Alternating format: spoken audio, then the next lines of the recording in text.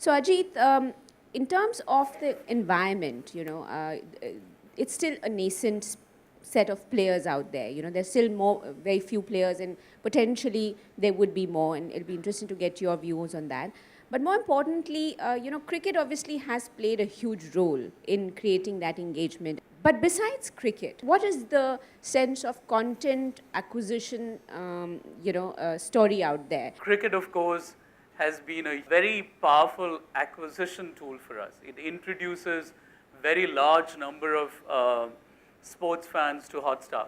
And I think the scale of the cricket viewership, of course, is quite an outlier. I don't think there is any comparison to that. It obviously introduces people to the platform where they come for cricket, but they stay for other content. The third thing to observe there is when we look at the data, one of the interesting things that throws us is there are all kinds of interesting baskets of data that may not seem intuitive. So just to share an anecdote, because Ashish was talking about a Saas Bahu serial, we have people who watch both Game of Thrones and Ye Rishta on Star Plus, and they're doing both. So they may not be disclosing that to their friends, but we see a lot of people who consume both, or they come in for a Tamil movie and they're also a hardcore Arsenal fan. So for me, one of the interesting things has been to see that many of the stereotypes that we attach to content consumption, that there are certain kinds of people who watch Star Plus, there are certain kinds of people who watch Game of Thrones, or there are certain kind of cricket fans and Premier League fans. Many of those stereotypes kind of break down when I actually look at what people are watching. And I think that's the power of the medium, that there is this amazing catalog open to you, and you can pick and choose. And unlike in the linear broadcast world, you don't have to be constrained to any kind of story, any kind of category, any part of the catalog. So that's one thing in terms of what's working from a storytelling point of view. I think the power of OTT, the power of premium video or online video streaming is that for the first time, you have the opportunity to marry the power of engagement that was there on television and the audience understanding and targeting on digital. And I think for me, that's sort of the sweet spot that Hotstar is in, that with the kind of content that we have consumers who are deeply engaged. And yet, over time, we are evolving the muscle to have an understanding of audiences that even go beyond, discernible attributes. It's not just about age and gender or geography. And to the point that I made about, the stereotype about content consumption, I think consumers and users and fans are a lot more nuanced than some of the stereotypes that we apply to them.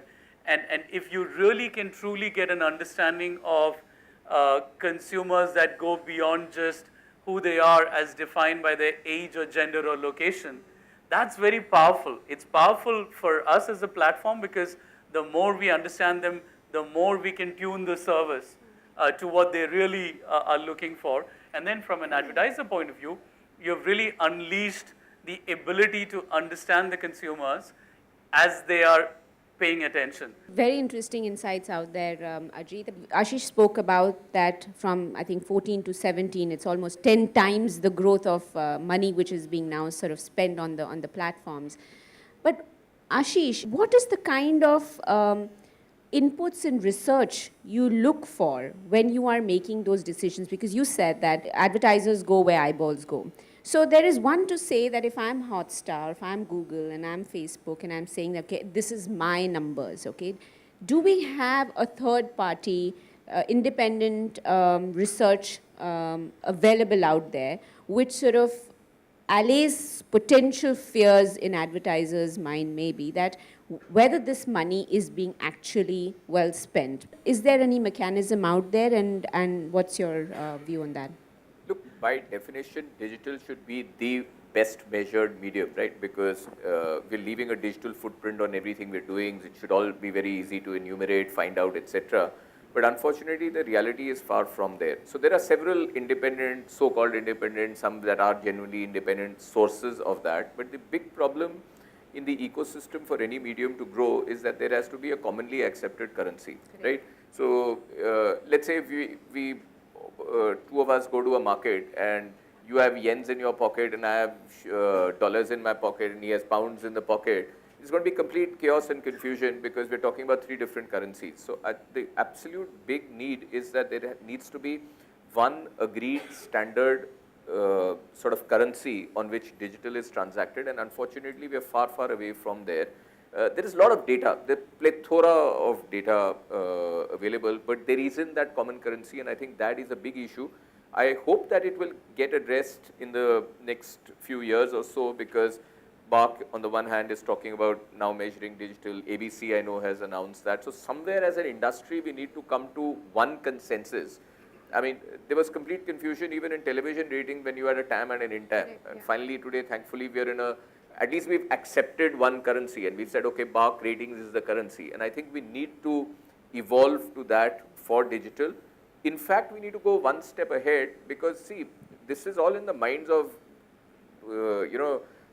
media owners and agencies and marketeers that this is digital, this is TV, this is print. The consumer is not seeing it that way. You are driving in your car, you're stuck in a traffic jam, you're listening to radio, you're watching something on your thing, and you're also looking at outdoor. So it's all multimedia. Okay, and even if you're at home, TV may be on, but you're watching something on your screen. So we need to come to one currency which is actually measures multimedia impact and multimedia reach. We are probably 3 to 4 years away from there. To build on something which Ajit was saying, the holy grail of advertising hopefully will be achieved in my working lifetime, definitely in yours, on that, which is this, that like he was saying, there was that famous adage, right, 50% of my advertising money is wasted, but I don't know which half. So therefore, and that is true. I mean, supposing I want to target 10,000 people who might buy a Mercedes car, I still end up putting an ad on television or something in the newspaper, partly with the hope I'll build a brand and partly with the hope that out of those so many million people who will see it, those 10,000 people will also see it. So it's a bit of a, and then you try to keep sharpening it and so on. Today, the way we as consumers are leaving digital footprints, whether it's through your mobile, whether it's through your e-commerce, I know exactly, I mean, somebody can know exactly where you are, what are you doing, are you roaming or are you not roaming, what are you buying on Amazon, what websites are you going to, what content are you consuming, so on and so forth, right? There are companies in the US, one of which my company acquired a year and a half ago called Merkle. They have data for almost 90% of the population of the US on a PII basis, which means you can, so they may know 1,000 things about Mega, right, on that level. We in India are far, far away from that. We are trying to build in, at Dense Wages Network, we're trying to build in a DMP where at the moment we've got about 120 million data points, but it needs to go to at least 250 million or so and needs to be enriched so that if I am spending or if I am going, I then shouldn't need research. If I need to target a certain type of a person, then I should be able to target exactly that type of a person.